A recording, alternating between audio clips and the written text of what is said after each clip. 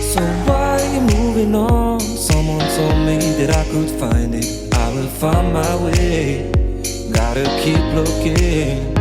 If it's not fair, gotta go again. Wish to get over it, cause when I look aside, she's always by my side. She guides me with a sign and lie to me. It ain't over, it ain't over, it ain't over, it ain't over. I'm not done, I just want me to find it. Cause I'm not done, I just want me to find it. I'm not done, I just want me to find it. Cause I'm not done, I just want me to find it. I'm not done, I just want me to find it. Cause I'm not done, I just want me to find it. I'm not done, I just want me to find it. Cause I'm not done, I just want me to find it.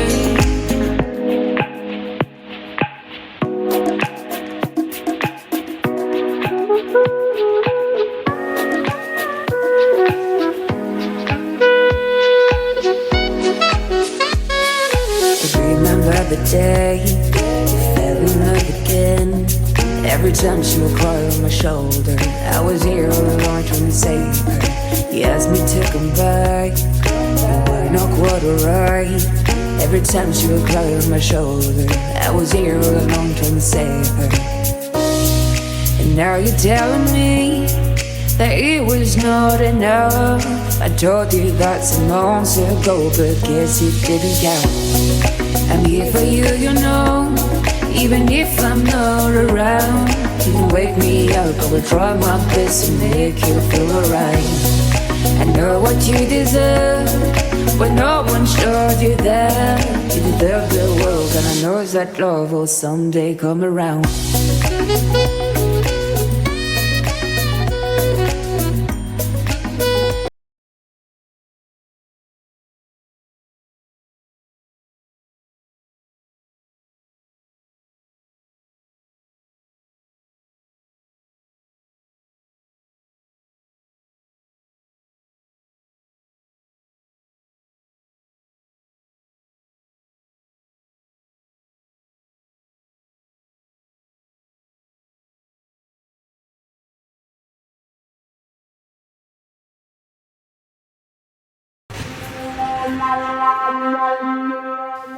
Assalamualaikum, salam sejahtera kepada ibu bapa dan semua pelajar. Alhamdulillah, UMK mengadakan program Route to UMK. Program ini diadakan adalah promosi untuk pelajar yang akan berjaya di dalam peperiksaan SPN, SPM dan juga pelajar diploma untuk datang belajar ke UMK. UMK adalah universiti yang ke-19 di mana kebitaraan ataupun niche pendidikan kita adalah bidang pendidikan keusahanan.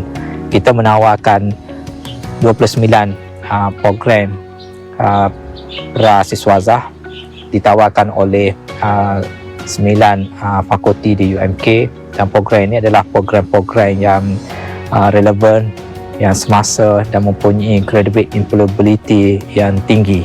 Jadi di UMK ini kita menggarap potensi pelajar untuk menjadi warga yang berjaya di masa akan datang. Dan program Route to UMK ini kita jalankan selama 2 bulan, pada bulan Februari dan pada bulan Mac. Dan ia melibatkan kesemua fakulti di UMK lah. Jadi ibu bapa dan pelajar-pelajar diharap supaya dapat mengikuti program ini secara maya. Dan akhir kata, marilah kita mendengar penerangan dari fakulti berkenaan program pengajian mereka, dan kami warga UMK mengalu-alukan anda semua bagi menjadi sebahagian dari keluarga kami. Bismillahirrahmanirrahim. Salam sejahtera. Assalamualaikum warahmatullahi wabarakatuh.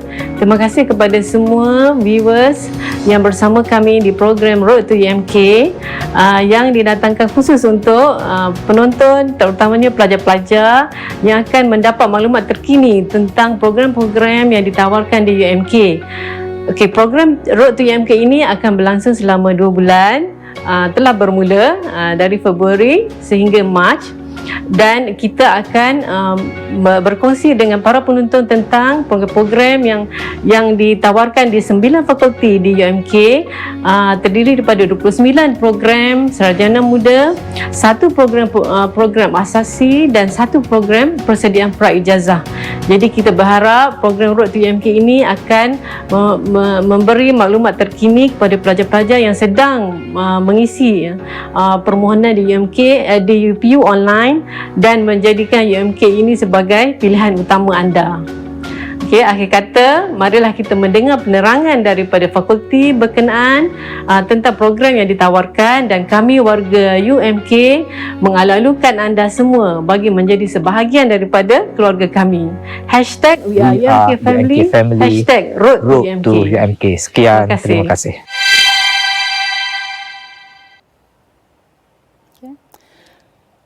Assalamualaikum warahmatullahi wabarakatuh dan salam sejahtera kepada warga Facebook, guru-guru, ibu bapa dan para pelajar daripada UMK, Universiti yang berteraskan keusahawanan dalam pendidikan. Semoga semua dalam keadaan sihat dan memelihara diri dengan SOP yang ditetapkan. Saya perkenalkan diri saya, Nurul Izrin binti Mat Saleh, sebagai moderator kita pada hari ini. Dan saya ingin ucapkan terima kasih kepada Profesor Dr. Muhammad Rafi bin Yaakob, Timbalan Naib Chancellor Akademik dan Antarabangsa dan Profesor Siti Zaitun binti Muhammad Hashim, Dekan Prasiswaza yang sudi memberi penerangan berkenaan program Road to UMK. Pada hari ini kita ada 2 tetamu, iaitu TS Dr. Hadrami bin Abdul Ghani, pensyarah kanan dari Jabatan Sains Data, dan Encik Khairuniza Syazwan, pengarah Competence Center. Kami akan bersama dengan anda semua selama 1 jam untuk berkongsi tentang program pengajian yang ada di Jabatan Sains Data yang merupakan satu program pengajian baharu di UMK. Jadi sebelum kita pergi lebih jauh berkenaan program ini, marilah kita saksikan tayangan video pencapaian UMK 2020 bagi mengenali UMK secara keseluruhan.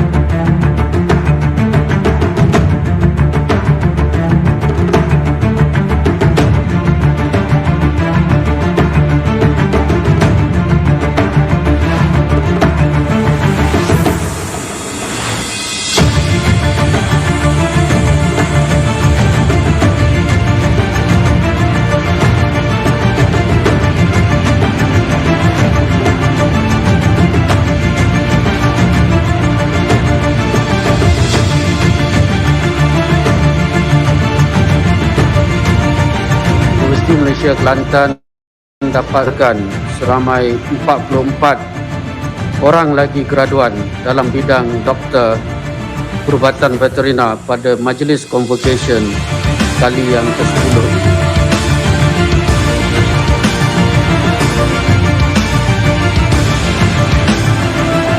UMK is widely recognized in other countries, and our graduates are accepted to work in many fields internationally. As of 2020, our graduates employability rate is 91.9%, and where 12.97% have independently become entrepreneurs.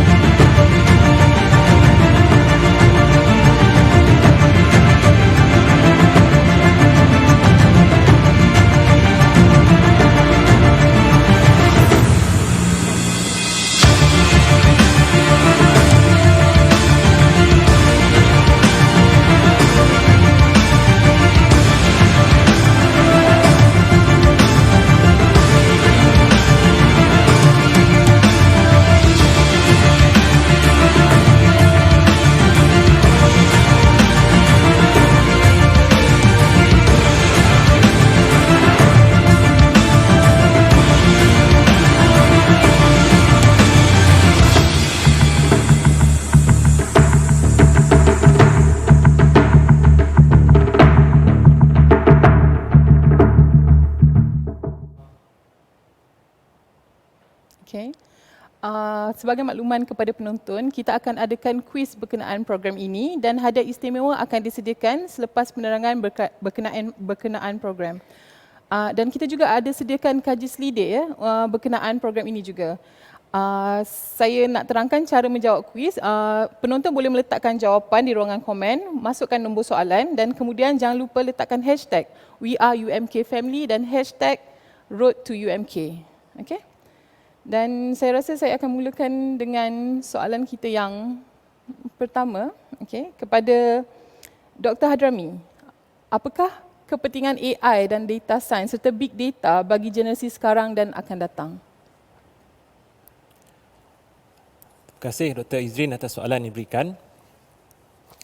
Soalan ini sangat penting khususnya melibatkan program kita pada hari ini kerana kita ingin perkenalkan satu program baru yang ditawarkan di UMK dalam program Sarjana Muda Teknologi Maklumat dan di mana kita akan menekankan dua aliran yang sangat penting iaitulah yang berkaitan dengan kepintaran buatan ataupun yang selalu kita sebutkan sebagai artificial intelligence dan yang keduanya ialah data science ataupun science data. Jadi sejauh mana kepentingan artificial intelligence dan data science ini, kita telah melihat sebenarnya banyak laporan yang telah diberikan, antaranya laporan yang diberikan oleh Talent Corp dan juga World Economic Forum yang mengatakan bahawa antara pekerjaan-pekerjaan yang sangat mendapat permintaan yang tinggi pada masa sekarang dan juga akan datang ialah pekerjaan yang berkaitan dengan artificial intelligence dan juga pekerjaan yang berkaitan dengan science data ataupun data science. Jadi dalam laporan yang diberikan pada tahun 2020 oleh World Economic Forum menyatakan bahawa ada 3 pekerjaan yang mendapat permintaan yang tertinggi. Yang pertama sebagaimana yang dapat kita lihat di skrin pada hari ini iaitu data analyst dan scientist. Okey, maksudnya pekerjaan sebagai penganalisis data dan juga scientist data. Dan hari ini kita juga ada menjemput seorang scientist data yang akan berkongsi kepada kita tentang pengalaman pekerjaannya dalam science data. Dan seterusnya pekerjaan yang mendapat permintaan yang tertinggi ialah pekerjaan yang berkaitan dengan AI and machine learning expertise. Maksudnya pekerjaan sebagai seorang pakar dalam bidang kepintaran buatan dan juga pembelajaran mesin. Dan seterusnya, bagaimana yang dapat kita lihat ini ialah pekerjaan sebagai seorang pakar dalam data raya ataupun kita sebut sebagai big data specialist. Malah ada laporan yang diberikan yang mengatakan bahawa menjelang tahun 2020 dianggarkan permintaan pekerjaan yang berkaitan dengan saintis data ini akan meningkat sebanyak 15 kali ganda. 15 kali ganda. Malah pekerjaan yang akan ditawarkan yang berkaitan dengan artificial intelligence dan juga science data dan juga big data menjelang tahun 2022 dianggarkan sebanyak 133 juta. Dan ini satu angka yang sangat besar yang sewajar memberikan kepada kita jaminan bahawa kursus ataupun program yang sedang kita tawarkan ini satu program yang sangat-sangat penting. Dan juga satu laporan yang diberikan mengatakan ada 7% daripada seluruh pendapatan negara kita, negara Malaysia ini datangnya daripada produk digital. Dan jumlah pendapatan ini akan terus meningkat berkali-kali ganda pada masa-masa yang akan datang. Dan dijangkakan akan meningkat sekurang-kurangnya 4 kali ganda pada masa yang akan datang. Jadi saya serah kembali kepada Dr. Izri. Terima kasih. Okay. Terima kasih Dr. Hadrami atas penerangan yang menarik. Okay. Beralih kepada Encik Syazwan pula. Boleh Encik terangkan kepada penonton dan pendengar mengenai pilihan atau aliran pengajian yang ditawarkan di Jabatan Sains Data dalam program ini? Okay. Assalamualaikum warahmatullahi wabarakatuh. Terima kasih Dr. Izri. Program Ijazah Sarjana Muda Teknologi Maklumat dengan kepujian atau Bachelor Information Technology with Honour ini akan memberi peluang untuk pelajar menguasai pelbagai ilmu dan kemahiran sains dan teknologi yang selaras dengan dasar kerajaan dan perubahan dunia menuju era digital dan revolusi industri keempat. So, program ini memerlukan masa selama 8 semester iaitu 4 tahun dan mempunyai 2 aliran track yang menarik iaitu kepintaran buatan which is in English is artificial intelligence AI, science data in English is data science So, pelajar ini boleh memilih salah satu aliran tersebut selepas tamat semester keempat. So, ekonomi negara dan dunia pada masa kini dan hadapan akan berteraskan artificial intelligence, big data analytic, robotic, internet of things and automation. So, graduan dari program ijazah sarjana muda teknologi maklumat ini mempunyai peluang yang cerah dalam kerjaya dalam sektor awam mahupun sektor swasta di dalam dan di luar negara. Saya serahkan kembali kepada Dr. Izrin. Baiklah, terima kasih Encik Syazwan. Dr. Hadrami pula, mesti penonton tertanya-tanya kan, apakah contoh-contoh aplikasi AI dan data sains yang sedang dibangunkan dan akan dibangunkan sekarang? Mohon Dr. jelaskan. Terima kasih sekali lagi Dr. Izrin. Artificial intelligence ataupun apa yang kita sebutkan dalam bahasa Melayu ini sebagai kepintaran buatan ini mempunyai aplikasi yang sangat banyak dalam kehidupan kita. Jadi di sini saya memberikan beberapa contoh yang sangat praktikal yang boleh kita lihat. Jadi sebelum kita melihat dengan lebih jauh tentang contoh-contoh aplikasi yang boleh kita kaitkan dengan kepintaran buatan ini, mari kita lihat apakah definisi secara ringkas yang kita sebutkan sebagai kepintaran buatan ini. Kepintaran buatan ini sebenarnya suatu disiplin ilmu yang sangat penting dalam teknologi maklumat yang berkaitan dengan bagaimana kita nak mendemonstrasikan ataupun menunjukkan ataupun meniru kepintaran yang ada pada manusia dan kita terjemahkan kepada pembangunan perisian ataupun aplikasi yang berkaitan dengan teknologi maklumat. Sebagai contoh, apa yang kita maksud dengan kepintaran manusia? Kita tahu manusia ini banyak mempunyai kepintaran ataupun kecerdasan yang tidak mampu dilakukan secara umumnya oleh mesin-mesin, komputer dan sebagainya. Sebagai contoh, antara kepintaran manusia yang sangat unik ialah manusia ini mampu mengecam muka dan manusia ini mampu mengecam emosi daripada pengecaman muka dan sebagainya. Jadi sebagai contoh, apa yang kita lihat di sini, di paparan skrin sekarang ini kita menunjukkan satu aplikasi artificial intelligence atau kepintaran buatan yang berkaitan dengan emotion detection. Maksudnya kita ingin mengesan, kita nak mengajar mesin-mesin ini, kita nak melatih membangunkan mesin-mesin ini dengan aplikasi tertentu yang membolehkan agar emosi ini dikesan. Jadi antara emosi-emosi yang boleh kita kesan menggunakan teknologi yang berkaitan dengan kepintaran buatan ini sebagaimana dapat kita lihat di sini ialah yang berkaitan dengan emosi marah ataupun anger, disgust, fear, happiness, sadness, surprise dan macam-macam lagi sebenarnya boleh kita lakukan dengan teknologi ini. Dan seterusnya antara bidang yang boleh kita kaitkan dengan aplikasi artificial intelligence ini ialah bidang yang berkaitan dengan smart transportation, bidang yang berkaitan dengan child monitoring. Sebagai contoh apa yang dapat kita lihat ini sangat-sangat penting.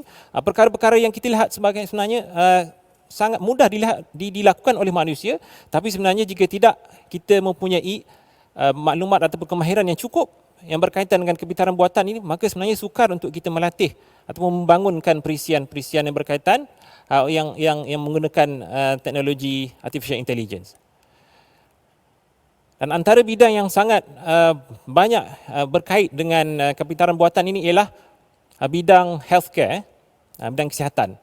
Sebagaimana yang disebutkan di sini, antaranya ialah yang berkaitan dengan automated health screening, clinical guidelines, patient monitoring, lifestyle advisor. Sebenarnya menggunakan teknologi kepintaran buatan ini kita dapat melakukan banyak perkara yang bukan hanya memudahkan kerja-kerja yang dilakukan oleh khususnya para doktor, para frontliners kita, tapi juga memudahkan para pesakit. Sebagai contoh sekarang ini, para pesakit sukar untuk bergerak disebabkan oleh wabak pandemik yang sedang kita lalui, maka banyak sebenarnya boleh kita lakukan menggunakan teknologi kepintaran buatan ini untuk kita memudahkan komunikasi sebagai contoh antara orang-orang yang sukar untuk bergerak ini disebabkan oleh wabak pandemik ini.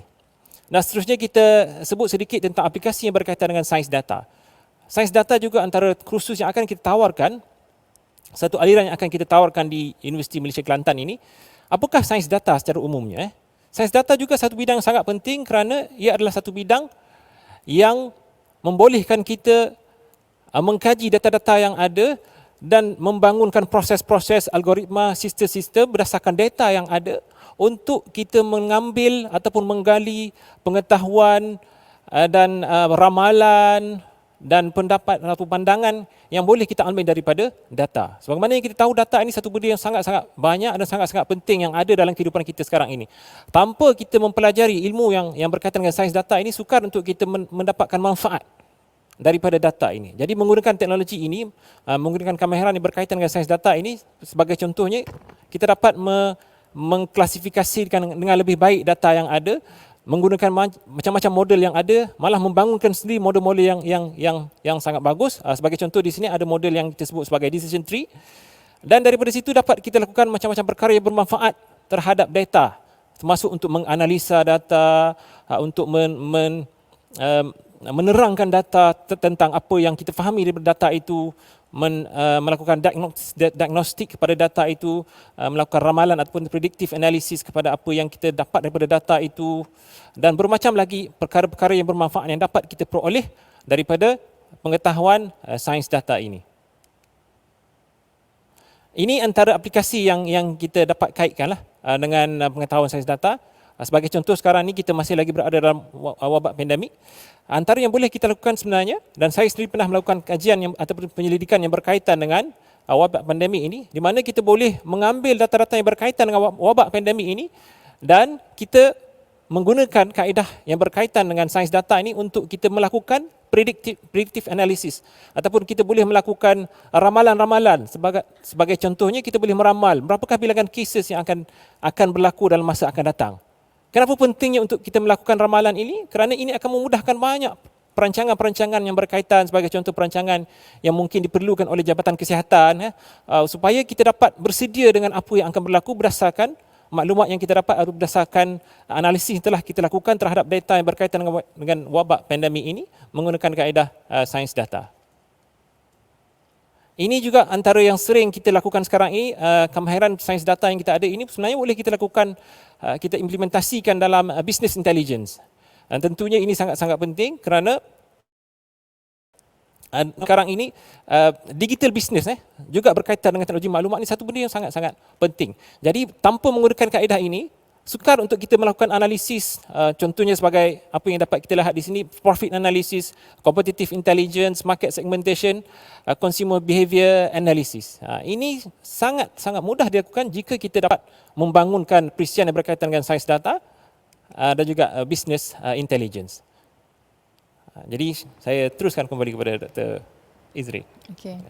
Baiklah, terima kasih Dr. Hadrami. Penjelasan yang jelas dan padatlah.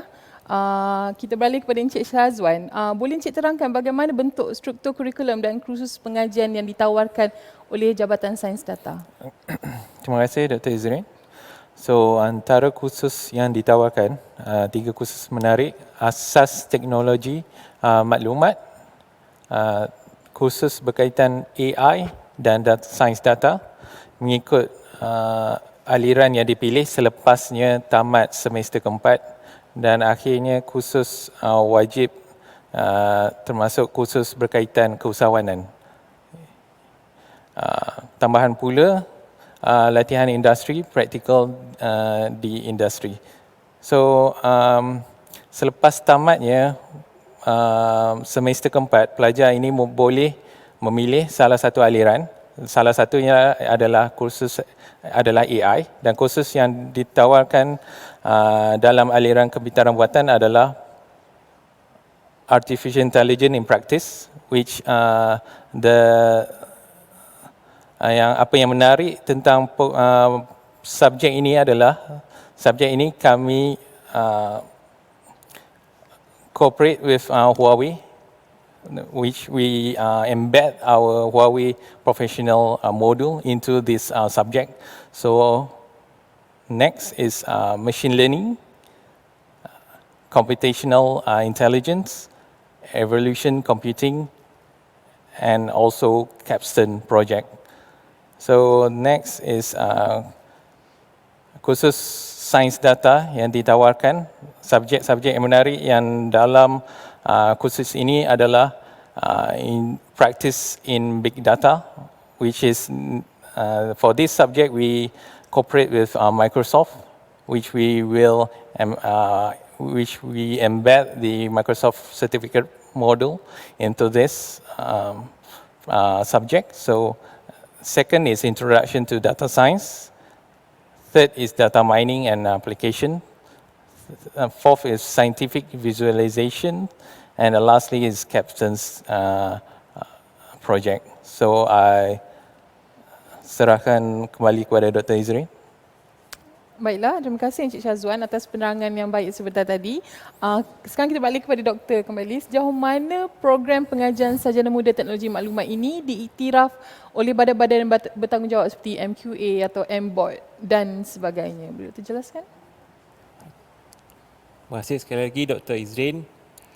Ini tentunya antara perkara yang sangat-sangat kita tekankan kerana antara matlamat kita kenapa kita menawarkan kursus ataupun program sarjana muda teknologi maklumat ini ialah kita ingin melahirkan graduan-graduan yang diiktiraf, yang kompetitif, yang mampu untuk bersaing, malah tidak pada tahap bawah, malah tahap yang lebih tinggi untuk terlibat dalam sektor pekerjaan. Malah mereka juga kita harapkan dapat mencipta pekerjaan kepada generasi yang akan datang. Untuk itu kita memastikan supaya program sarjana muda teknologi maklumat yang kita tawarkan di Universiti Malaysia Kelantan ini adalah satu program yang diiktiraf, yang terbukti sangat berkesan insya-Allah untuk kita laksanakan kepada bakal pelajar-pelajar warga UMK nanti. Yang pertamanya apa yang kita lakukan ialah kita telah berusaha untuk mendapatkan pengiktirafan daripada badan-badan pengiktiraf yang ada di Malaysia. Yang pertamanya kita dapatkan pengiktirafan daripada MQA. MQA ni mungkin bagi para pelajar di luar sana tidaklah begitu biasa kalau kalian belum lagi masuk di universiti. Antara apa yang kita fahami sebenarnya MQA ni adalah agensi kelayakan Malaysia, yang mana setiap program-program pengajian yang ada di Malaysia ini sewajarnya mendapat pengiktirafan daripada MQA ini untuk memastikan supaya program yang mereka tawarkan, program pengajian yang ditawarkan kepada para pelajar ini adalah program yang bagus, yang dapat melahirkan mereka sebagai bakal pekerja nanti dalam sektor industri di Malaysia. Dan yang seterusnya kita juga dapat telah pun mendapat pengiktirafan sebenarnya daripada MBOT. MBOT ni sebenarnya adalah Lembaga Teknologi Malaysia atau Malaysian Board of Technologies. Ini juga salah satu agensi kelayakan di Malaysia yang sangat penting, dan alhamdulillah kita telah diiktiraf kursus yang kita tawarkan ini daripada program sarjana muda teknologi maklumat ini telah pun mendapat iktirafan daripada MBOT juga daripada MQA.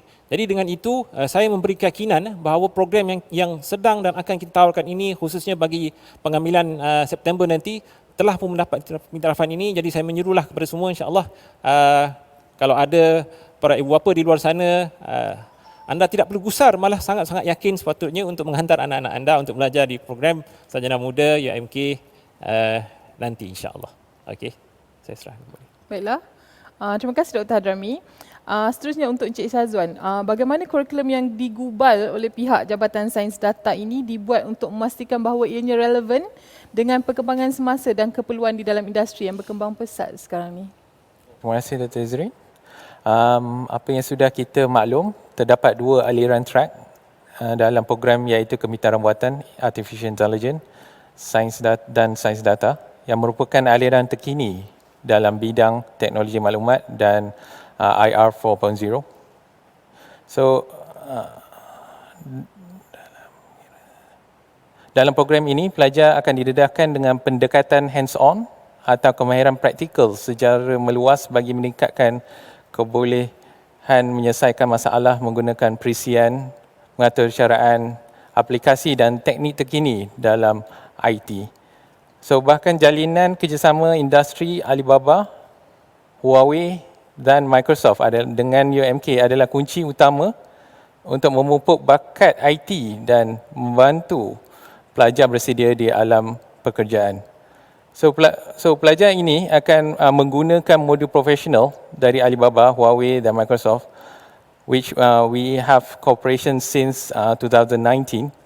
So dalam beberapa subjek, so kita embed this module dalam beberapa subjek serta pelajar berpeluang memiliki peperiksaan bagi sijil profesional dan dari syarikat-syarikat tersebut. So before they graduate, they can actually have this professional certificate Alibaba, Huawei dan Microsoft. So tambah pula memperkenalkan satu subjek digital entrepreneurship dalam program untuk membantu dan dalam pertumbuhan keusahawanan digital di Malaysia. This one is we take from Alibaba punya module. So this is also good for our program. So program ini juga mengandungi capstone project, which apa yang kita sudah maklum, capstone project ini adalah is a project in a group project that will actually develop a prototype or a product that will actually help the student to start up a company with the product itself. So that is one of the key features that ada dalam program ini. So sekian, saya serahkan kembali kepada Dr. Izrin. Baiklah, terima kasih Encik Syazwan. Kemudian Dr. Hadrami, boleh Dr. berikan kepada kami keyakinan khususnya buat bakal-bakal pelajar dan para ibu bapa dan pendidik mengenai prospek kerjaya sekiranya mereka memilih untuk melanjutkan pelajaran di dalam program ini? Terima kasih Dr. Izrin. Ini mungkin antara soalan yang sangat dinanti-nantikan lah, khususnya bagi para ibu bapa, para pendidik di luar sana dan juga para pelajar yang bakal insya-Allah melanjutkan pengajian mereka di Universiti Malaysia Kelantan nanti kan. Jadi sejauh mana mereka merasakan bahawa apabila mereka mengambil pengajian program sarjana muda teknologi maklumat di UMK nanti, mereka akan mendapat prospek kerjaya yang sangat baik. Jadi insya-Allah saya akan berikan di sini, dan apa yang kita berikan sebenarnya bukanlah satu data kosong. Sebenarnya ini telah terbukti daripada banyak kajian-kajian yang telah dibuat bahawa dalam sains data ini sebenarnya prospek kerjanya sangat banyak. Begitu juga dalam kepintaran buatan. Jadi kita mulakan dulu dengan apakah prospek kerjaya, contoh-contoh kerjaya yang dapat mereka pelajar-pelajar nanti mengambil apabila mereka mengambil pengajian ini, dapat mereka teruskan apabila menamatkan pengajian nanti. Okey, dalam bidang sains data, sebagaimana yang kita dapat lihat di sini, antara pekerjaan yang boleh mereka libatkan diri mereka nanti ialah antaranya sebenarnya adalah usahawan digital. Ini sebenarnya adalah satu nilai yang istimewa yang ada di UMK sendiri, sebab kita tahu Universiti Malaysia Kelantan ni adalah berteraskan kepada konsep keusahawanan, dan kita tentunya sangat berharap dan kita telah menyediakan modul-modul pengajian yang menarik untuk memastikan supaya para graduan kita ini sentiasa bersedia untuk menjadi seorang usahawan. Dan bagi pelajar-pelajar yang mengambil program sarjana muda yang berkaitan dengan teknologi maklumat ini, tentunya kita harapkan mereka juga akan bakal menjadi seorang usahawan digital yang bukan hanya dapat mencari pekerjaan untuk diri mereka, tapi juga mencipta pekerjaan untuk seluruh rakyat Malaysia nanti, insya-Allah. Seterusnya adalah pekerjaan yang dapat kita kaitkan dengan sains data ialah pengatur cara. Dalam bahasa Inggeris kita selalu sebutkan sebagai programmer. Ini juga satu pekerjaan yang sangat penting dalam sains data juga. Ini pekerjaan yang boleh mereka ambil apabila mereka menamatkan pengajian nanti. Juga sebagai jurutera perisian, jurutera perisian ataupun kita sebutkan sebagai web developer ataupun program ataupun application developer. Seterusnya pekerjaan sebagai penalisis sistem, ataupun sistem analis. Ini sebenarnya pekerjaan ini bukan hanya dapat kita peroleh dengan menamatkan pengajian dalam sains data. Sebenarnya dalam teknologi maklumat itu sendiri, antara pekerjaan yang sangat bagus ataupun yang bakal diperoleh oleh pelajar ialah sebagai seorang sistem analis. Seterusnya sebagai pembangun aplikasi ataupun application developer, juga sebagai eksekutif IT, dan seterusnya dapat kita lihat di sana pentadbir pengkalan data ataupun database administrator. Seterusnya sebagai pentadbir sistem ataupun sistem administrator, juga sebagai sistem engineer ataupun sebagai jurutera sistem, dan juga sebagai pembangun sistem web yang telah pun sebenarnya saya sebutkan tadi, iaitu sebagai web developer. Ini adalah sebahagian pekerjaan yang sebenarnya secara umumnya dapat diperoleh ataupun dapat diteruskan oleh para pelajar apabila mereka menamatkan pengajian mereka dalam program sarjana muda teknologi maklumat nanti. Dan bagi pelajar-pelajar yang mengambil jurusan ataupun aliran pengajian yang berkaitan dengan kepintaran buatan ataupun artificial intelligence, ini antara pekerjaan yang dapat mereka sambung nanti ataupun mereka sendiri cipta insya-Allah pekerjaan ini dengan kemampuan mereka sebagai seorang bakal usahawan, iaitu bekerja sebagai pereka bentuk AI, ataupun kita sebut sebagai AI designer dalam bahasa Inggeris.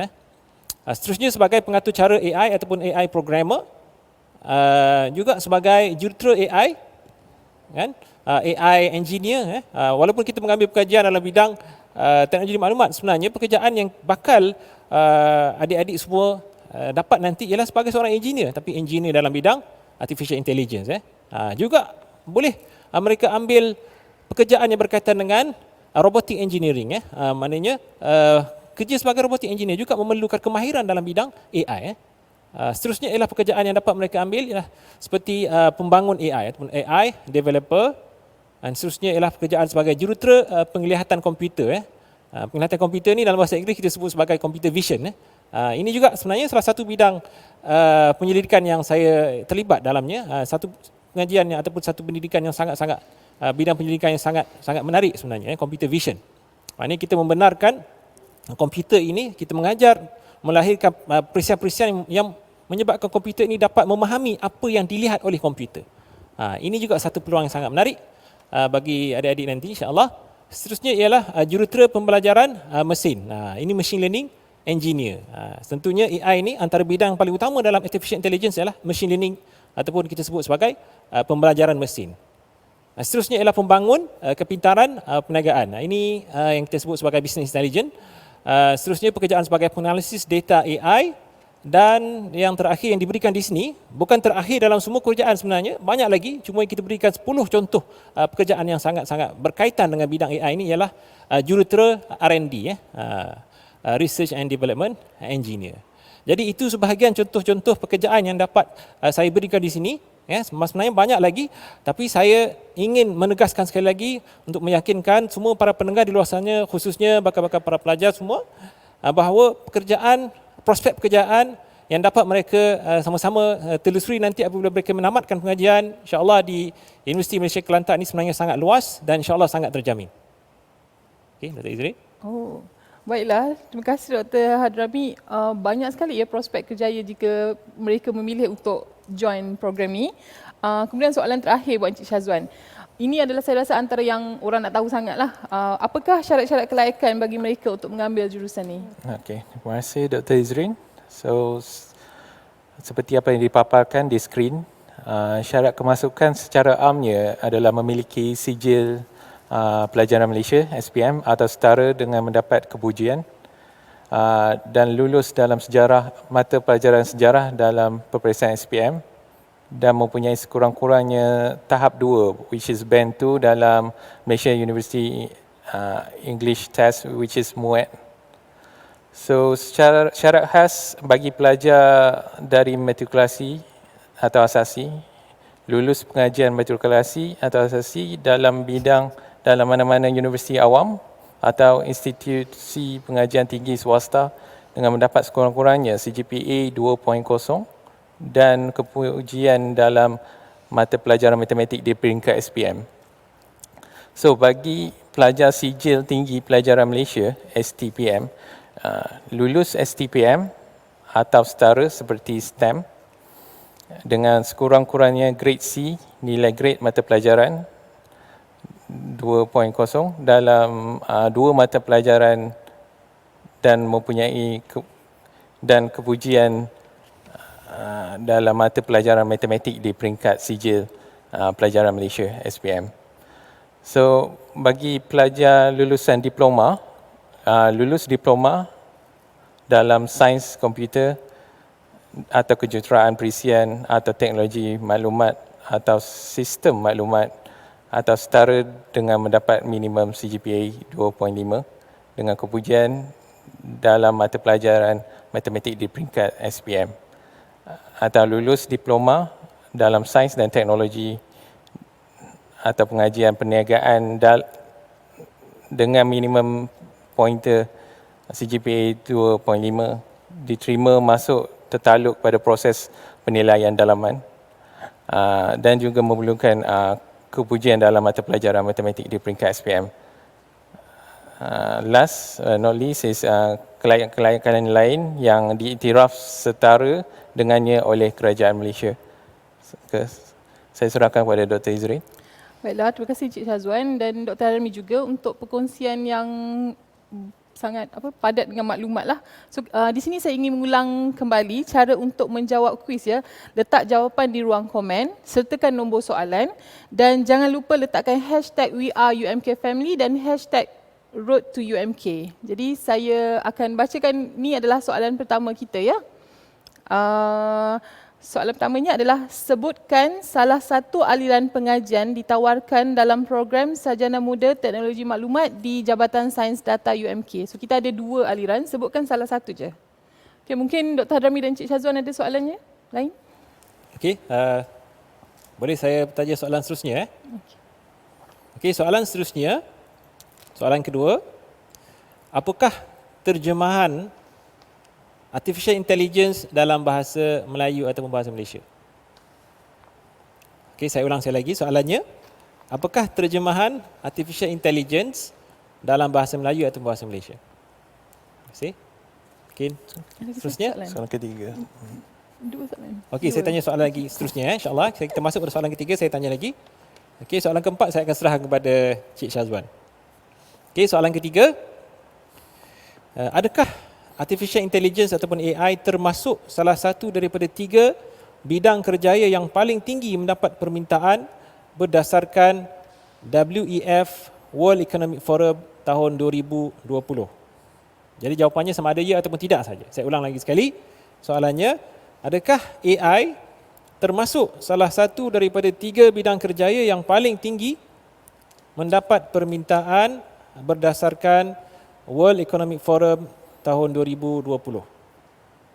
Okey, seterusnya saya serah kepada Cik Syazwan. Okey, untuk soalan keempat, sebutkan salah satu syarikat industri terkemuka yang turut bekerjasama dengan UMK dalam bidang AI dan sains data. Dan soalan kelima, sebutkan salah satu kerjaya dari pelbagai banyak prospek kerjaya bagi graduan pengajian dalam bidang AI atau kemitaran buatan atau sains data. Terima kasih. Okey, berikut adalah kita ada 5 soalan dan penonton boleh mencuba untuk jawab di ruangan komen yang disediakan. Selain daripada perkongsian daripada Dr. Hadrami dan Encik Syazwan, kita juga ada menjemput tetamu hebat sebagai wakil industri untuk berkongsi dengan kita semua tentang kepentingan AI dan sains data dalam industri pekerjaan.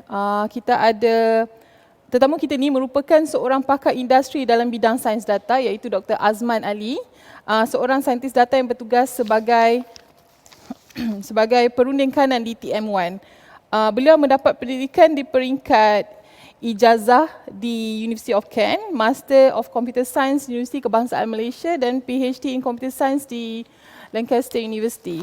So jadi di sini saya ingin mengucapkan terima kasih atas kesudian Dr. Azman Ali menerima jemputan kami. Kita dengan sesukacitanya menjemput Dr. Azman Ali untuk berkongsi secara ringkas mengenai kepentingan sains data kepada industri dalam masa sekarang dan juga dalam masa hadapan. Terima kasih. Silakan. Okay, Assalamualaikum warahmatullahi wabarakatuh. Terima kasih kepada moderator, pihak UMK khususnya kerana menjemput saya. Para profesor, doktor, siswaza, bakal siswaza, ibu bapa dan guru-guru. Terdapat satu frasa yang agak popular di internet, iaitu data is the new oil. So data sebagai sumber minyak yang baru, yang memberikan gambaran bahawa potensi data ni bukan saja memberi ulangan kewangan seperti mana petroleum yang kita lihat pada ni, malah ia diukur daripada kemampuannya untuk menyelesaikan masalah-masalah kehidupan dan dunia, baik di sudut kesihatan, membasmi kemiskinan, perubahan cuaca, masalah industri, masalah kesesakan lalu lintas, masalah pertanian, masalah keselamatan, cyber security dan banyak lagi. Setiap hari kita melihat banyak data, contohnya di televisyen berkenaan COVID-19 dikongsi kepada kita. Kerana data inilah yang digunakan oleh kerajaan untuk membuat keputusan-keputusan penting yang memberikan impak kepada kita semua. Begitu juga dalam pemilihan vaksin, data-data dari ujian ini penting untuk kerajaan melakukan pembelian vaksin yang tepat. Dengan projek seperti Bancian, banyak data-data penduduk ni diperlukan untuk merangka rancangan pembangunan yang lebih tepat dan lengkap. Contoh dengan mengetahui demografi dan kepadatan penduduk, pembinaan fasiliti awam ni seperti hospital, sekolah, pengangkutan awam dan sebagainya akan dapat dibina di lokasi-lokasi yang sesuai dan tepat. Dan tenaga-tenaga seperti doktor, guru, polis dan sumber-sumber aset kerajaan ni boleh diagihkan dengan begitu efektif. Begitu juga dengan menetapkan kadar kemiskinan dan belanjawan. Jadi data dari pendapatan dan perumahan, semua data ini amat penting bagi perancangan awam. Pada masa hadapan contohnya kita akan diperkenalkan dengan apa yang dinamakan kerajaan menggunakan digital ID, macam IC. Tapi digital ID di mana setiap daripada kita akan mempunyai single ID, berbanding sekarang ni kita ada macam-macam kad, kita ada IC, kita ada driving license dan sebagainya. Tapi digital ID ni akan membolehkan kerajaan mengumpul lebih banyak data from tomb to womb to tomb, daripada sebelum dilahirkan hinggalah kita mati. Jadi bayangkan dengan digital ID ni, sebelum lahir lagi kita di-assignkan dengan digital ID. Jadi setiap kali musim persekolahan, musim vaksin dan seterusnya masuk universiti, kita tak perlu lagi mendaftar contohnya, sebab benda ni semua dah digitalkan. Seharusnya kerajaan boleh lebih proaktif menghantarkan contohnya, dan digital ID tu tak perlu di print dan sebagainya. Dan bila kita masuk ke hospital, sejarah rawatan kita, kita mengidap asma dan sebagainya, direkodkan sebagai satu kronologi dan sejarah dalam satu sistem yang dinamakan live event. Dengan cara ni kerajaan akan dapat memberikan khidmat yang lebih proaktif dan lebih bersasar. Satu contoh lagi, kalau tak perlu daftarkan sekolah sebab semua ni akan diupdate dalam digital ID. Itu juga bila kerajaan hendak memberikan bantuan seperti bantuan moratorium ataupun bantuan subsidi minyak contohnya. Kita mungkin dari setiap pada kita masa akan datang akan mengisi minyak pada harga yang berbeza. Sebab kita akan ada yang mendapat subsidi berlebihan mengikut kelas-kelas tertentu. Jadi kerajaan tidak membazir memberikan subsidi kepada mereka yang kurang layak. Jadi daripada pengalaman kami dalam sektor perkhidmatan, kami lihat bagaimana data ni mampu meningkatkan pendapatan syarikat hingga beratus juta, mengurangkan operasi sehingga kos operasi sehingga 50%, optimumkan penggunaan aset kami dan tenaga kerja serta mengurangkan masa membaik pulih bekalan sehingga 70% lebih cepat daripada kebiasaan ini. Kalau kita lihat, yang menariknya kita lihat Google dan Facebook ini merupakan dua kuasa ekonomi besar berasaskan data pengguna internet. Dengan pendapatan Google ini sekitar 182 bilion pada 2020 dan FB dan sekitar 16 bilion 2020. Yang ini lebih besar daripada kebanyakan GDP negara di dunia. Dan ini semua adalah hasil dari penembungan data daripada aplikasi sosial mereka, seperti di social media, di Facebook, email dan sebagainya, yang memberikan kelebihan mereka untuk menghasilkan perkhidmatan dan aplikasi yang pelbagai bentuk. Contohnya khasnya untuk perniagaan dan pengiklanan. Kita juga melihat bagaimana data ini juga digunakan dalam pilihan raya di Amerika Syarikat, yang telah menyaksikan bagaimana setiap daripada rakyat Amerika itu boleh diprofil dan diklasifikasikan. Bukan saja pada kecenderungan pemilihan mereka, tapi pada kecenderungan sosial, politik, sokongan politik, kecenderungan agama, psikologi dan sebagainya. Jadi semua aktiviti ekonomi dan bukan ekonomi ini sebenarnya didukung oleh infrastruktur dan tenaga kerja pakar yang terlibat dalam pengurusan ekosistem data. Jadi ternyata data ni bukan saja as a new one, ni bukan saja merujuk kepada ekonomi, malah sebenarnya merujuk kepada knowledge as power, knowledge sebagai satu lambang kekuasaan. Jadi sains data ni pula adalah satu yang sedang berkembang dalam konteks industri. Bagi pendapat saya, dia diinspirasikan oleh disiplin ilmu yang dah wujud sebelum ni. Cuma bezanya ialah sekarang ni, dulu dia dikenali di kalangan penyelidik dan akademia. Yang membezakan sekarang dan 10 tahun lepas adalah harga komputer pada hari ini, aplikasi machine learning dan sebagainya, menganalisa data pada ini adalah lebih mampu milik dan mudah diakses. Terutamanya pada hari ini kita lihat banyak fasiliti, kemudahan seperti perkhidmatan awan, cloud fasiliti seperti Amazon dan Azure, di mana anda tanpa perlu investment, anda boleh subscribe pada fasiliti ini dan membuat pelbagai aktiviti analisa data, image recognition, voice recognition, pattern recognition, neural language, pesanan bahasa dan sebagainya. Jadi ini sikit banyak membantu pengaplikasian dan penetration lebih banyak teori akademik data ni ke dalam industri. Jadi pengembangan ini juga didorong oleh pelbagai lagi faktor lain seperti perubahan cara hidup. Cara hidup kita pun dah berubah. kita pada rakyat Malaysia pada dasarnya 135% populasi kita mempunyai telefon pintar, lebih daripada bidang populasi kita.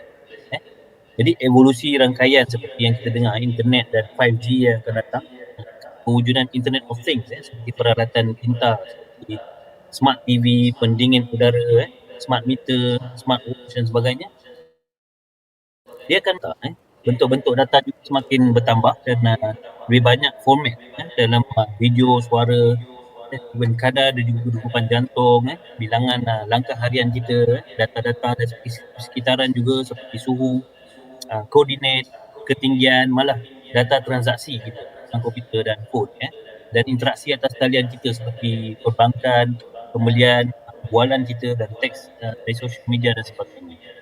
Jadi dalam era ini dan era seterusnya, hampir semua aktiviti kita ni yang didigitalkan menghasilkan data, dan dengan kadar penghasilan data pada skala yang sangat besar dan batas. Jadi semua ini memerlukan kemudahan infrastruktur serta tenaga kerja yang berpengetahuan dalam pengurusan data, ekosistem data, data science. Jadi pada umumnya untuk terus bersaing, contohnya industri yang ada pada hari ini dan masa depan perlu membina kapasiti dan capability untuk memproses data ni untuk digunakan untuk membuat keputusan perniagaan yang berorientasikan data, berorientasikan fakta. Jadi dengan fakta-fakta ini kita dapat menerangkan satu fenomena, mengenal pasti trend luar biasa dan baru, anomaly, mencari punca sesuatu masalah, mengenal pasti trend-trend persamaan dan perbezaan yang boleh digunakan untuk menghasilkan tindakan yang memberi impak kepada organisasi seperti membuat prediction, pengautomasian, serta sistem recommended, sistem cadangan. Seperti mana yang sebenarnya kita dah banyak lihat pada hidup kita sehari-hari, seperti Shopee, Lazada, Netflix. People who watch this movie also watch this movie. People who buy this item also bought this item. Itu adalah satu contoh recommender sistem yang berasaskan data, melihat kepada persamaan. Jadi tidak mustahil pada satu hari nanti MySejahtera juga kita bayangkan mampu diolah dengan fungsi otomasi sedemikian dan dengan kecerdasan sendiri untuk menjadi contohnya personal doctor yang membolehkan fungsi contohnya diagnosis kesihatan sendiri dan diagnosis risiko sendiri yang sebenarnya mampu mengurangkan beban infrastruktur kesihatan. Jadi saya ulas sikit bagaimana dalam sistem dalam bidang ini, dalam bidang data science ni, seperti mana bidang-bidang yang telah matang dalam pelombongan, dalam bidang kejuruteraan lain, pembinaan dan sebagainya. Data juga telah menuju kepada kematangan. Bidang ini juga menuju kematangan. Pada hari ini terdapat pelbagai peranan atau role dalam pengurusan ekosistem data. Masuklah yang Dr.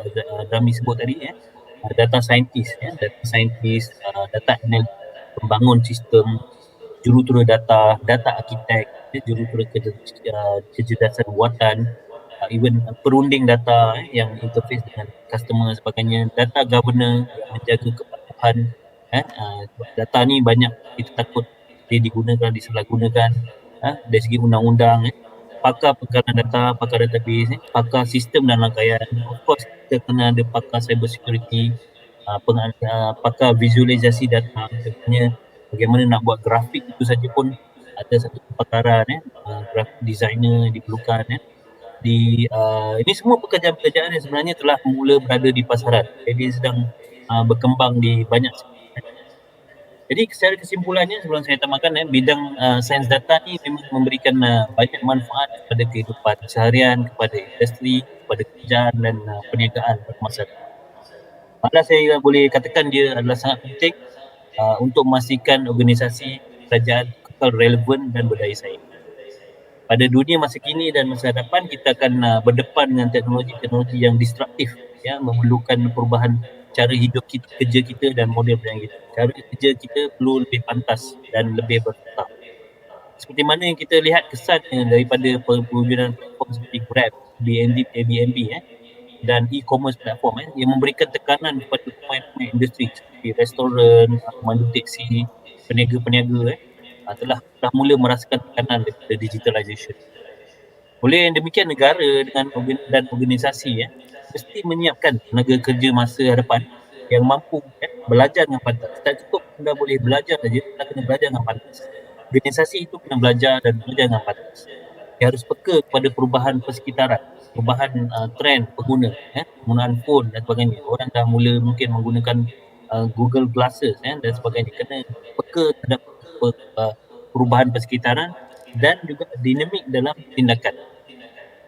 Jadi bidang sains ni adalah salah satu bidang yang sangat strategik bagi tujuan yang di atas.